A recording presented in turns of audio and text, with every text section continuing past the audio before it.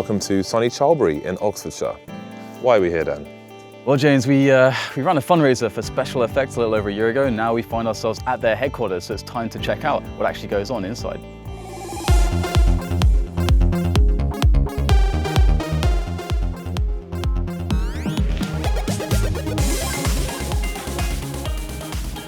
Hello. Hey, you must be Jack. Yeah, I'm Jack. How are you doing? Awesome, I'm good. I'm Dan. This is James, of course. All right. And I can see you're already on the Overwatch hype. Oh yeah, playing a bit of Hanzo. Bit of Hanzo. He's one of those, James. He's one of those. He's a Hanzo, yeah. Yep. All right, so Jack, are you going to give us a tour? This place seems pretty awesome. Yeah, sure. Yeah, let's go ahead. So this is the assessment room. This is where people come in and sort of see what tech will suit them, like custom controllers and eye gaze and things like that. We've got all of the consoles that you need. Hi guys, how you doing? This is Tom. Hello, Tom. James. Hey James, how are you? Nice to meet you. How's it going, Tom? Hey, Dan. how you doing, Dan? My name's Tom Donegan and I'm the fundraising events coordinator at Special Effect. I was a volunteer initially, so I did lots of fundraisers for Special Effect, and then obviously really believed in the cause, and when the job came up I decided I'd join the team and try and help the charity to expand. So what are you doing over here? Well, I was just having a go on some eye gaze Dirt 3, ahead of you guys giving it a try out in a bit. So you're controlling it with your eyes? Absolutely, yeah. Someone like Jack, his disability at the moment is quite mild. For him, it was purely a case of needing to provide him with slightly lighter versions of the technology he was already using. However, at the other end of the spectrum, you can have people who have conditions like a motor neuron disease, which will mean over time they're getting progressively weaker and less movement, to a situation where they might be completely locked in and only able to move their eyes. And in which case we're still able, through the eye gaze technology, to give them access to the technology and to allow them to communicate. And a lot of the time it is that kind of very simple stuff that they just need to do, be able to talk still to their parents or to their family and friends, to their doctors. And we're providing that service to them within intensive care scenarios. So it's the whole spectrum really. So I think next door is your Frankenstein room. Absolutely, yeah. I'll leave you in Jack's capable hands and he can show you where to go. All right. So yeah, this is Frankenstein's laboratory. All right. This is Gav. Oh, destroying another controller. Yeah, that's what Hey, I Gav. have to. Nice to meet you, Hi. Dan. Hi, nice Hello, to meet you. James. Hi. Hi, I'm Gavin Tan. I'm one of the service delivery team, and I'm also one of the guys that modifies the controllers here at Special Effect. So my background is I've been a gamer for some 30 odd years now. I started volunteering for the charity, and then when there was an opportunity to come on board, I grabbed it, and here I am. What's going on in here? What's the business? Oh, okay, so halfway through modifying a controller, this is the lab, and this is where we do any kind of modding after we've been to see somebody to assess them. My everyday work is I often take controllers apart, put extra bits in there, take bits that some people don't need out. So this makes controllers more accessible for them?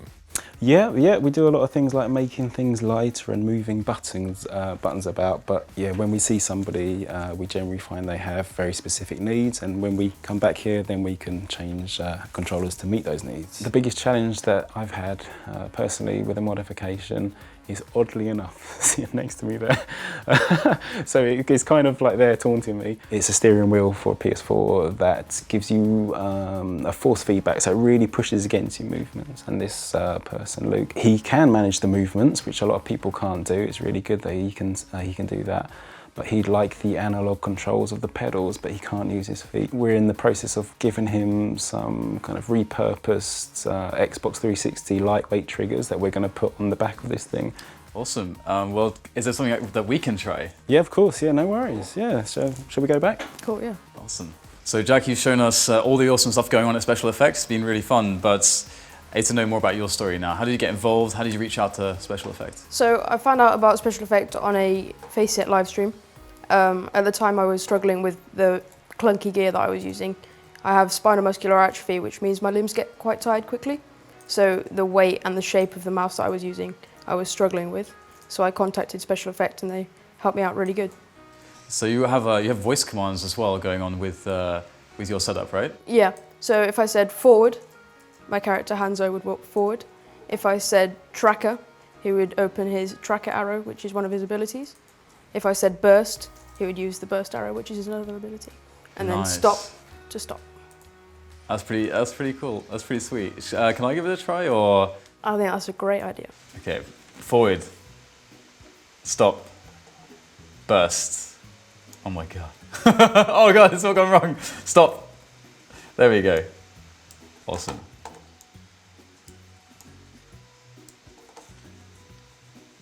I like your mouse actually quite a lot. Like the weight and everything is actually really nice to me. I might have to steal this. Oh my god. Awesome. Forward. Oh dear. Can't take you outside, can we? Stop. That's really cool. Nice. Awesome. Thanks for letting me try that, Jack. Okay, I guess it's time for you, James. I think we have something set up for you. So just a quick explanation of the bits and bobs you'll be using. We've got a button on the floor and also a couple separate buttons on either side of your ankle. The button on the floor is for forward, the one with your toes, and the left and right movement of your ankle is strafing. Okay. We've also got a couple of really nice lightweight separate buttons here, and these sort of things we put under people's fingers. And up here we've got mounted around your chin is a lightweight modded controller, and so that there is used for your mouse control there. Okay. Switch. Pull out the rifle. Okay, I'm going to have a passive hold this time. Switch. Oh, there we go. Switch. Marvellous. All right. So Jack, you actually helped set this up. What did you do exactly? So I basically changed the console commands in game Switch. to buy the rifle or the AWP with a key press, and the program that does the voice activation registers that key press when a certain word is said. So if James was to say rifle, then he'd buy an M4 or an AK. Sniper would be an AWP, and things like that. Nice, the pro scripts. My team are all dead. So how's James doing here? Is it time to cast? I think it is. Let's get some casting going. So here we've got James in a 1v2 situation.